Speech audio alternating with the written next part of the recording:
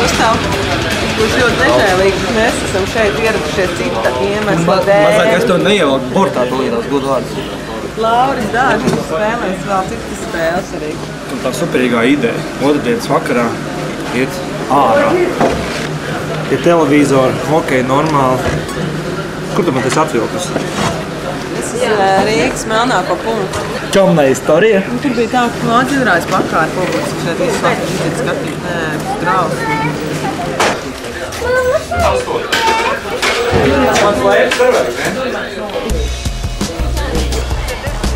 Ka te var sastapt tāds nejaušs garants lēpotājs un ar viņiem pajautāt, nu, kā tad viņiem darba dienas vakarā iet. Labvakar! Uz kuriem slēposiet? Ziemē pusīgi sajūta tāda rodās. Mēs esam lielā apļa vai mazā? Ļoti bīstami nokļūt lielā apļa. Šis ir sporta klubs Arkādija teritorija, šeit kādreiz treniņš viegulētikā. Un arī tur es futbolu spēlēju. Bet tas ir fenomenāli, kad ziemā treniņu tērpā skrien mīnusos ārā. Ir reāli silti. Ir reāli silti. Tur kafejnīcas bija, nepamanīja? Jā. Šā nē. Un tad jau nekāds tusiņš nesanāks. Tikai aušmāk turēja tam. Mēs te bijām sagatavojušies uz baigot tusiņu.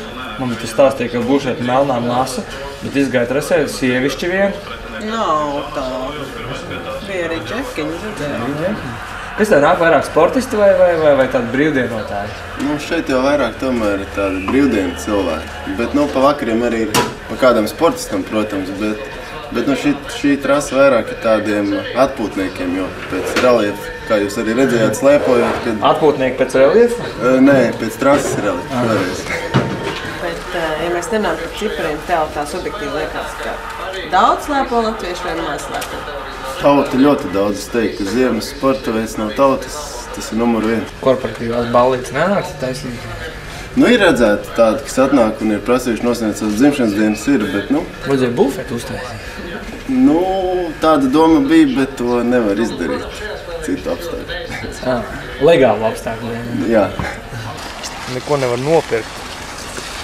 Varbūt tāpēc tik maz cilvēku ir otrs. Es teicu, ka darbdienu vakaros neviens netusē. Man liekas, salīdzinoši daudz cilvēku.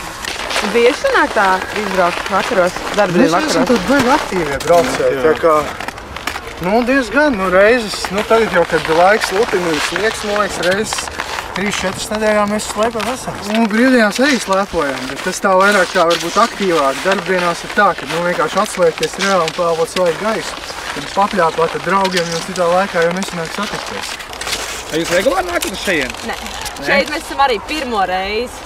Patiesībā tā laba drauga atteicināta, un es šodien teicu, ka es nākšu vēl. Patiesībā ir baigi superīgi. Kāpēc? Tāpēc, ka sportiņš vai tāpēc, ka tusiņš? Nē, šis svaigs gaisa un sportiņš. Kas var būt labāk nekā sēdēt mājās pie televizora? Ar auliņu.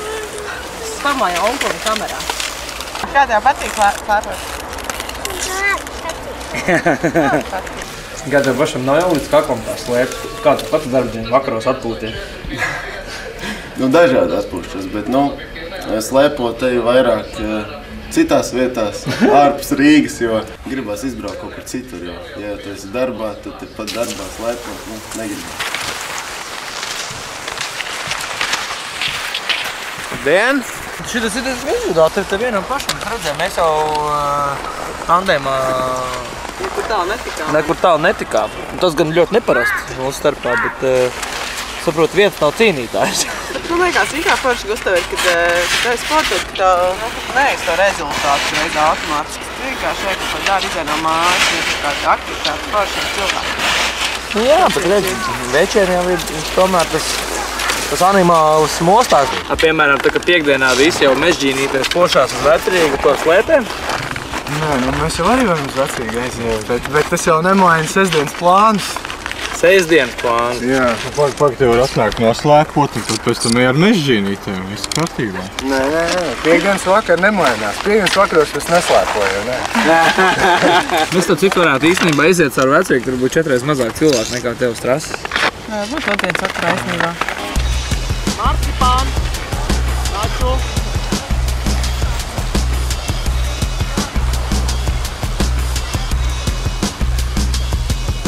teiksim, pirms 5 un vairāk gadiem ļoti populāri bija kalnu slēpošana. Ļoti daudzi vairs nevar atļauties braukāt tik daudz uz tiem kalniem, jo tas ļoti dārgi. Cik tu tur uz tā kalna var nobraukt 30 sekundes un pusstundu gaitā pacēlēt? Tā cilvēk. Un tagad jā. Var redzēt, ka visiem arī kaut kāda stila ir. Tas ir mazliet grupā, es tā nevajag slēpot. Uz skolu nav jāiet rītā. Pa nakti slēpot. Kur tie vecāki pacēl? Zini, ko saka sportā ārti? Ka vienu aliņu drīkst pēc fiziskas slogas. Jā. B vitamīns. Tikai ne gaisā. Bet kāpēc jums darbdienas vakarā jānāk slēpot? Kāds ir tas arguments? Ko tu darīt, aliņu dzert? Man tikko bija piedāvājums. Šitā viņas mūs noceļ no trases parasti. Cik pats svarīgākais, lai tusiņš nepārvēršās par sportu. Jo Marta reāli lūzē. Es tajā savā otrajā darbā, kur man arī ar meiteni jāpanādā kopā ir. Mēs nosolījāmies aizbraukt jau novembrī. Brauksim snovot, nāk visi kalnu īpašnieki paši klāt. Kalns nāk pie Muhameda reāli. Šajums ielūgums brauciet. Mēs davai brauciet, mēs tajā sestdienā pastos uz to skapjauku uz dēli. Un uz otriem sāniem. Tagad man tā jāsaka paldies, ka diezgan jau komiski, protams. Bet, mēs jau bišķiņi tikai, kā darbdienas vakars. Tu esi vienīgā sieviete uz planētas Airs, kura var mani izvilkt otrdienā pie uzvaras pieminiekta ar slēpēm. Kāda ir tā otrā?